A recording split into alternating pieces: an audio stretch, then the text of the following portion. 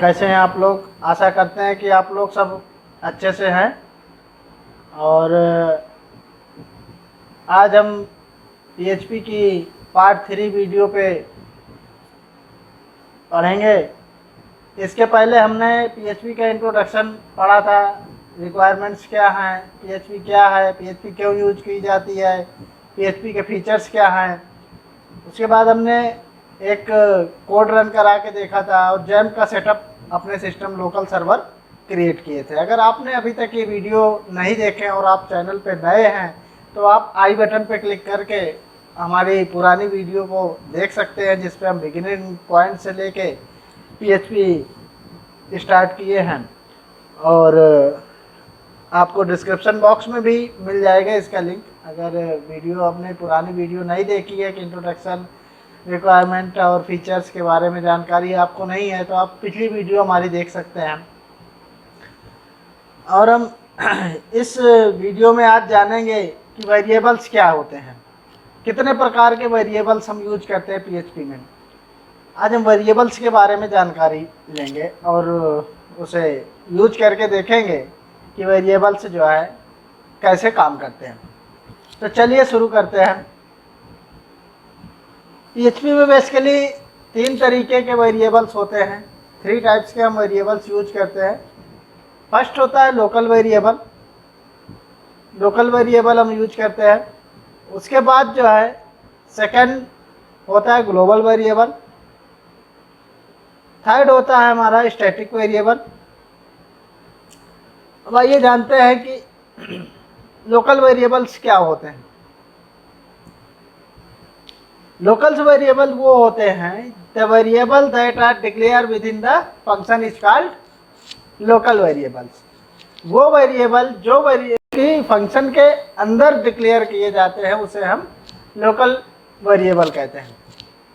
These local variable have their scope only that the particular function in which they are declared।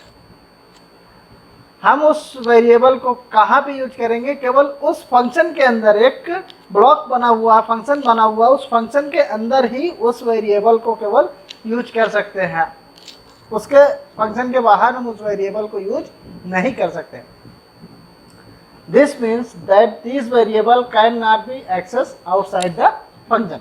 तो हम function के बाहर declare नहीं कर सकते। ये हमारा लोकल वेरिएबल होता है। जैसे कि हम सिंटैक्स अगर देखें उसका, तो सिंटैक्स में जैसे हमने क्रिएट किया एक फंक्शन, टेस्ट नाम का एक फंक्शन क्रिएट किया, उसके अंदर एक वेरिएबल डिक्लेयर किया नम नाम से। नम का एक वेरिएबल, उस पर हमने वैल्यू डाल दी 45। उसके बाद इको करा के देखा तो ये लोकल वेरिएबल यहाँ पे जो 45 था 45 यहाँ पे प्रिंट करा के दिखा दिए। जैसे ही हमने फंक्शन को कॉल किया, कॉल करते ही ये हमें 45 वैल्यू दिखा दिया। यही अगर हम आउटसाइड ऑफ द देखें कि आउटसाइड क्या होता है, तो फंक्शन के माई टेस्ट नाम का दूसरा फंक्शन क्रिएट है। इस फंक्शन में हमने लैंग नाम का एक वो लिया हुआ है, लैंग नाम का एक वेरिएबल है। उस वेरिएबल में वैल्यू डली है PHP की एक स्ट्रिंग डली हुई है। जब हमने इको कराया, इको कराने के बाद इसको फर्स्ट टाइम हमने तो कॉल कराया, इसका कॉल कराया तो इसमें आया कि जो है एरर देगा। ये एरर इसलिए देगा क्योंकि ये जो है लोकल वेरिएबल है। लोकल वेरिएबल को हम आउटसाइड ऑफ द फंक्शन, क्योंकि फंक्शन यहाँ पे हमारा बंद हो चुका है। अभी फंक्शन के बारे में आगे हम पढ़ेंगे कि बेसिकली फंक्शन होता क्या है, फंक्शन कैसे यूज करते हैं, बट बेसिक आप अभी से जान लीजिए। तो ये एक एरर जनरेट करेगा कि ये वेरिएबल अनडिफाइंड है, ये वेरिएबल उसको नहीं मिल रहा है, इसलिए वो यहाँ पे आपका आउटपुट नहीं देगा। सेकेंड होता है हमारा global variable. Global variable are the variable that are declare outside the function. Global variable वो होते हैं जो कि फंक्शन के बाहर डिक्लेयर होते हैं। This variable can be access anywhere in the program. वो वेरिएबल जिनको हम जो है प्रोग्राम में कहीं भी एक्सेस कर सकते हैं। एक जगह पे हमने एक क्लास के अंदर डिक्लेयर कर दिया, उसके बाद जितने भी फंक्शन हमारे बने हैं हम किसी भी फंक्शन के अंदर उसको कॉल करा सकते हैं और उसका आउटपुट देख सकते हैं। Use the global variable keyword before the variable. Global keyword use करते हैं वेरिएबल के पहले। ये जरूरी भी नहीं है कि हम ग्लोबल कीवर्ड यूज करें। This variable can not be directly access or use outside the function without any keyword. जब हम कोई फंक्शन के बाहर अगर कॉल कराते हैं तो वहाँ पे बिना कीवर्ड के हम इसको कॉल नहीं करा सकते हैं, बिना ग्लोबल कीवर्ड के। There is no need to use any keyword to access a global variable outside the function. और ये जरूरी भी नहीं है कि हमको global variable outside the function हमें चाहिए। ये अब इसका ग्लोबल वेरिएबल का सिंटैक्स अगर देखते हैं तो इस पर हमने ये देखिए नेम लिया, एक वेरिएबल डिक्लेयर किया, उस पर नेम डाल दिया, ये ग्लोबल वेरिएबल है हमारा। एक प्रोग्राम के ऊपर ही सबसे टॉप में हमने डिक्लेयर कर दिया। एक फंक्शन क्रिएट किया, उस फंक्शन के अंदर हमने क्या किया, फंक्शन यहाँ से स्टार्ट हुआ हमारा और ग्लोबल नेम दे दिया। ग्लोबल नेम का मतलब यहाँ पे जो नेम था वो नेम यहाँ पे आ गया और उसको प्रिंट करा के दिखा दिया। जैसे ही हमने ग्लोबल फंक्शन, उसके बाद नेम वहाँ पे हमें दिखा दिया। देखिए अब यहाँ पे हमने क्या किया, यहाँ पे हमने एक ग्लोबल अंदर भी, फंक्शन के अंदर भी कॉल कराया और फंक्शन के बाहर भी कॉल कराया। दो जगह पे हमने उसको कॉल कराया हुआ है। ठीक है, दूसरा फंक्शन भी हमारा यही है। हम इस तरीके से चेक कर सकते हैं कि यहाँ पे अगर हम डायरेक्टली नेम भी लिखेंगे तो ये डायरेक्टली नेम हमारा इको कर देगा, राइट। इसी तरह होता है static variable. Static variable are initialised only once. Static variable can not be defined inside और outside the function. Static variable वो होते हैं जो कि डिफाइंड हो सकते हैं कहाँ पे, फंक्शन के बाहर भी और फंक्शन के अंदर भी। जैसा कि ग्लोबल वेरिएबल में अभी ऐसा नहीं था। ग्लोबल वेरिएबल हम केवल प्रोग्राम के टॉप में डिक्लेयर कर रहे थे। अगर हम उसको फंक्शन के अंदर डिक्लेयर करते तो वो ग्लोबल वेरिएबल नहीं होता, वो लोकल वेरिएबल हो जाता। और यहाँ पे क्या है, स्टैटिक अगर हम डिक्लेयर करते हैं तो वो हम फंक्शन के अंदर भी डिक्लेयर कर सकते हैं, बाहर भी डिक्लेयर कर सकते हैं। The default value of static variable is 0। Static variable की जो डिफॉल्ट वैल्यू होती है वो 0 होती है। The static variable are alive till the execution of program. Static variable तब तक रहता है जब तक प्रोग्राम का एग्जीक्यूशन नहीं हो जाता, उसके बाद मेमोरी फ्रीज हो जाती है। It is a feature of PHP to delete the variable once it complete its execution and memory is freezed। यही अभी हमने देखा कि जैसे ही हमारा प्रोग्राम का एग्जीक्यूशन कंप्लीट होता है वो वेरिएबल डिलीट कर देता है। डिलीट करने के बाद मेमोरी को फ्रीज कर देता है, वो मेमोरी साफ कर देता है। Sometimes we need to store a variable even after complete the execution of function. Sometime हमें ज़रूरत पड़ती है वेरिएबल को स्टोर करने के लिए, ठीक है, तो वो मेमोरी फ्री रहती है। इसके लिए स्टैटिक क्या होता है, स्टैटिक वंस टाइम हम क्रिएट करते हैं और मेनी टाइम उसे यूज करते हैं। एक बार हम क्रिएट कर लेंगे, उसकी एक कॉपी जनरेट हो जाएगी, उस कॉपी को सारे फंक्शन में वो डिवाइड हो जाती है, तो हम उसे जो है कहीं भी यूज कर सकते हैं। अब देखिए इसका सिंटैक्स जो है वो ये है कि स्टैटिक, हमने एक फंक्शन क्रिएट किया हुआ है और उसका एक कीवर्ड लगता है स्टैटिक कीवर्ड। स्टैटिक कीवर्ड उसके बाद हमने क्या लगाया है, एक वेरिएबल डिक्लेयर किया है जिसमें हमने वैल्यू डाल रखी है, ठीक है। उसके बाद एक हमने दूसरा वेरिएबल लिया है num2 = 6, उसकी भी वैल्यू डाल रखे हैं। अब num1 को हमने इंक्रीमेंट किया, इंक्रीमेंट पोस्ट इंक्रीमेंट है। num2 को भी हमने इंक्रीमेंट किया, उसके बाद इको करके चेक किए कि अभी हम इसको क्या करेंगे। अभी हम आपको ना रन करा के इसका प्रॉपर आउटपुट दिखा दूंगा कि इसमें आउटपुट क्या आएगा, और आप लोग खुद भी ट्राई करिए कि प्रैक्टिकली आपको इसमें आउटपुट क्या मिलेगा। और कहीं से भी स्टडी मटेरियल अगर मिलता है तो आप उस पर प्रोग्राम करिए, ट्राई करिए कि लोकल वेरिएबल कैसे यूज करते हैं, ग्लोबल वेरिएबल कैसे यूज करते हैं और स्टैटिक वेरिएबल कैसे यूज करते हैं। आप लोग उस पर थोड़ा सा प्रैक्टिस करिए। बाकी अगर इसकी PDF है तो PDF मैं अपलोड कर दूंगा, साथ में इसमें हम वो भी कर देंगे, और जो प्रैक्टिस पेपर है वो भी मैं आपको इस पर अपलोड कर दूंगा, जिससे आप लोग वेरिएबल्स वगैरह देख सकें और उसे आसानी से यूज करके आपका प्रैक्टिकल भी कंप्लीट होता जाए। तो ये इसका सिंटैक्स है। उसके बाद हम बात करते हैं डाटा टाइप की। डाटा टाइप क्या होता है दोस्तों? PHP data type are used to hold the different type of data or variables, right? Data type different type की डेटा को यूज करती है वैल्यू को। PHP support 8 primitive data type that can be categorized further in 3 types. PHP 8 primitive data type को support करती है, जिसको categorise करता है 3 प्रकार में। पहला क्या होता है? Scalar type. स्केलर टाइप्स का मतलब होता है प्री डिफाइंड। सेकेंड होता है compound type. Compound type means user defined. Third होता है हमारा स्पेशल टाइप। स्पेशल टाइप, अब हम देखते हैं स्केलर टाइप क्या होते हैं। स्केलर टाइप में होता है it only single value, there are 4 scalar data type in PHP। Scalar data type 4 होते हैं जो कि सिंगल वैल्यू को होल्ड करते हैं, जैसे कि बुलियन हो गया, इंटीजर हो गया, फ्लोट हो गया, स्ट्रिंग हो गया, ये सिंगल वैल्यू होल्ड करते हैं। सेकंड होता है हमारा कंपाउंड टाइप्स। कंपाउंड टाइप में होता है it can hold multiple values.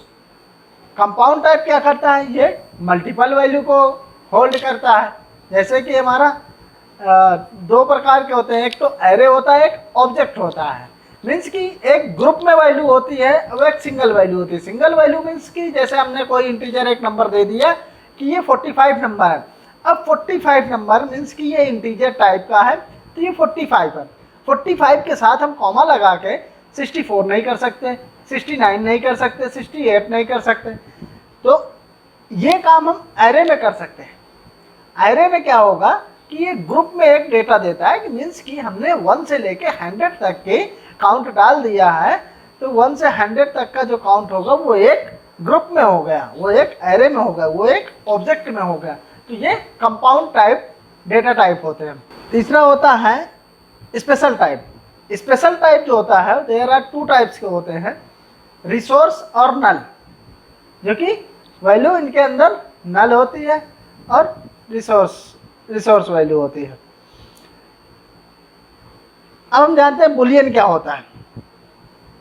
Boolean के बारे में जानकारी लेंगे कि boolean are the simplest data type work like switch. Boolean क्या होता है? सिंपलेस्ट डेटा टाइप है, बहुत आसान डेटा टाइप है, जो कि एक स्विच की तरह काम करता है, ऑन ऑफ या ट्रू फॉल्स, इस पे काम करता है। It hold only 2 values, true और फॉल्स, 0 1 या तो 0। It is often use to conditional statement. ये कब यूज होती है? कंडीशनल स्टेटमेंट में, जब कहीं हमें कोई कंडीशन देनी होती है, या तो कंडीशन ट्रू है या तो फॉल्स है। ठीक है? If the condition is correct then return true, otherwise false. इसका ये सिंटैक्स है। अगर हम सिंटैक्स देखना चाहेंगे तो वही हमने इफ कंडीशन लगाया, if a equal to 1 then condition is true, if a equal to 0 then condition is false। दूसरा है हमारा PHP इंटीजर। PHP इंटीजर के अंदर क्या आएगा? Integer means numeric data and with है निगेटिव और positive sign. Integer data type क्या करता है? वो निगेटिव या तो पॉजिटिव वैल्यू को लेता है, वो भी इंटीजर टाइप की, केवल नंबर लेता है, whole number, only hold the number, केवल नंबर होल्ड करता है। इसके रूल्स होते हैं कुछ इंटीजर्स के। इंटीजर्स के जो रूल होते हैं वो, an integer can either positive और negative, an integer must contain decimal point, integer can be decimal, octal means और hexadecimal. The range of the integer must be lie between, integer की range होती है वो 2147, 483, 648 and 2147, 483, 647 तक होती है। इसका जो सिंटैक्स होता है, सिंटैक्स अब आप देखिए ये सिंटैक्स है, जैसे ये इसने लिया पहला एक वेरिएबल, उस पर 34 डाला, सेकंड वेरिएबल में ये वैल्यू डाल दी 243, हेक्साडेसिमल में इसने डाल दिया ये वैल्यू डाल दिया, ठीक है, 0 है, उसके बाद एक्स लगा, हेक्साडेसिमल है, राइट। अब इसके बारे में डिटेल अभी हम जानकारी लेंगे कि इनके साइज क्या होती हैं। अभी हम आगे चल के आगे की वीडियो में देखेंगे कि इसका साइज क्या होती है, डेटा टाइप में इंटीजर की साइज क्या होती है, बुलियन की साइज क्या होती है, कैरेक्टर की साइज क्या होती है। तो ये सब अभी हम आगे की वीडियो में देखेंगे इसके बाद कि इसमें हम इसका साइज क्या यूज होता है, एक्चुअल में कितने बिट के होते हैं, तो वो चीज़ें हम देखेंगे। आगे है PHP फ्लोट। अभी तो आज बेसिक ही इसके डेटा टाइप के बारे में जानकारी देंगे, उसके बाद हम इसमें थोड़ा सा डिटेल में जानकारी लेंगे। ए फ्लोटिंग पॉइंट, फ्लोट क्या होता है? Floating point number is number which is decimal point unlike integer. Floating point भी नंबर ही होता है, बट ये डेसिमल पॉइंट में होता है। इसकी जो वैल्यू होगी वो पॉइंट में होगी। It can hold number with fractional और डेसिमल पॉइंट इंक्लूडिंग नेगेटिव और पॉजिटिव साइन। नेगेटिव और पॉजिटिव साइन को ये भी होल्ड करता है, बट इसकी जो वैल्यू होती है वो पॉइंट में होती है हमेशा। जैसे हमने नंबर 1 लिया, नंबर 1 का वेरिएबल डिक्लेयर किया, उस पर हमने डाला 19.34। नंबर 2 लिया 45.427 एंड ये दोनों का सम कराया है, सम करा के आउटपुट जो भी होगा वो दिखाया। अब होता है स्ट्रिंग। स्ट्रिंग डेटा टाइप में क्या होता है? String is a non-numeric data type. It holds letters, any alphabet, numbers and even special characters. ठीक है, स्ट्रिंग एक नॉन न्यूमेरिक डेटा टाइप होता है। ये न्यूमेरिक टाइप डेटा टाइप नहीं होता है, ये नॉन न्यूमेरिक डेटा टाइप होता है जो कि होल्ड करता है लेटर्स को, or any alphabet or numbers or and even special character. String के अंदर हम या तो स्पेशल कैरेक्टर डाल सकते हैं या नंबर डाल सकते हैं, नहीं तो कोई लेटर डाल सकते हैं। String value must be enclosed either with in a single Kota's और डबल कोटाज।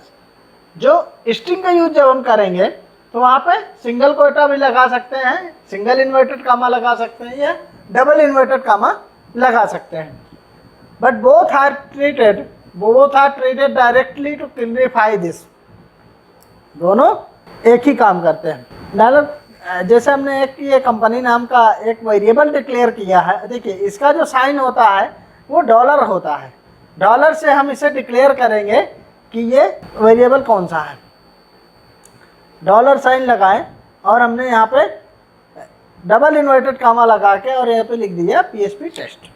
ये स्ट्रिंग हमने इसकी वैल्यू डाल दिया, ठीक है।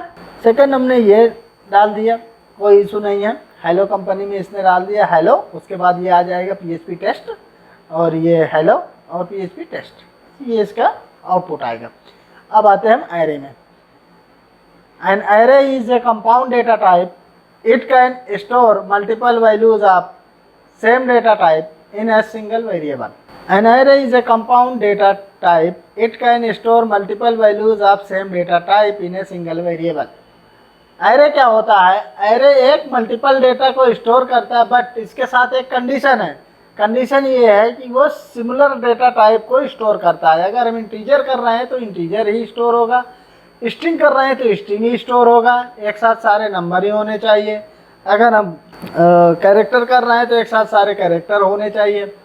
तो मतलब कि ये सिमिलर डेटा टाइप पे वर्क करता है एरे। जैसे हमने देखा यहाँ पे डॉलर बाइक एक वेरिएबल डिक्लेयर किया जिसपे एक एरे डिक्लेयर कर रहे हैं। उस एरे के अंदर हमने डाल दिया रॉयल इनफील्ड, यामाहा और KTM। ये क्या है? ये डबल इन्वर्टेड कामा में है, तो इसलिए कि हम जान रहे हैं कि डबल इन्वर्टेड कामा के अंदर होता है, तो ये क्या होगा? स्ट्रिंग होगा। तो ये 3 स्ट्रिंग पास कर दिया, ठीक है। वायर डंप किया, इसके बाद एलिमेंट 0 किया, 0 पे आ जाएगा हमारा ये रॉयल इनफील्ड, 1 पे आ गया हमारा यामाहा और सेकंड पे दूसरे पे आ गया KTM। अब हम बात करते हैं ऑब्जेक्ट के बारे में। Object are the instance of user defined classes that can be stored both values and functions, they must explicitly declare. Objects are the instance of user defined classes that can be stored both values and functions. Object में क्या होता है, user defined classes और उसके जो functions होते हैं वो एक साथ उसे कंबाइन कर देता है। ठीक है, जैसे कि हम यहाँ पे सिंटैक्स में देख रहे हैं कि हमने एक क्लास डिक्लेयर किया है, बाइक नाम की एक क्लास है, उसके अंदर फंक्शन डिक्लेयर है मॉडल नाम का। ठीक है, अब ये मॉडल नेम उस पर पड़ा हुआ है। अब मॉडल नेम में मॉडल नेम इको करा दिया है, साथ में हमने ऑब्जेक्ट क्रिएट किया। ऑब्जेक्ट क्रिएट करने के बाद हमने एक फंक्शन को कॉल कराया, फंक्शन नहीं क्लास को हमने कॉल कराया, क्लास को हमने कॉल कराया और उसके मॉडल को, उसके अंदर का जो फंक्शन था उस फंक्शन को कॉल करा लिया। ठीक है, इसका सिंटैक्स हमने यहाँ पे ऐसे अभी बेसिक देख लिए हैं। अब हम अगली वीडियो में देखेंगे कि आगे इसका यूज करके एक सिंटैक्स क्या है, उसके सिंटैक्स का यूज करेंगे प्रैक्टिकली और रन करा के प्रोग्राम्स को देखेंगे। साथ में थोड़ा डिटेल्स में जानेंगे कि जो डेटा टाइप है इनके साइज क्या होते हैं, तो इनके साइज वगैरह के बारे में हम डिटेल में अभी नेक्स्ट वीडियो में जानेंगे। हमारी जावा की भी सीरीज चल रही है दोस्तों, अगर किसी को जावा भी सीखना हो तो उसको डिस्क्रिप्शन में लिंक मिल जाएगा, उस पर भी हम सारा बिगिनर से लेके और एडवांस लेवल तक सारा कवर करेंगे। उसमें मेजर और माइनर दोनों प्रोजेक्ट हम कवर करवाएंगे। अगर किसी का कॉलेज वगैरह का प्रोजेक्ट है या किसी को कोई प्रॉब्लम आती है, कहीं कोई कंपनी में जॉब करता है या कहीं कुछ भी ऐसी कोई समस्या आती है, तो वो हमें कमेंट करके हमारे डिस्क्रिप्शन में बता सकता है, हम उसकी सल्यूशन ज़रूर देंगे। मिलते हैं फिर नई वीडियो के साथ, तब तक के लिए ओके बाय बाय।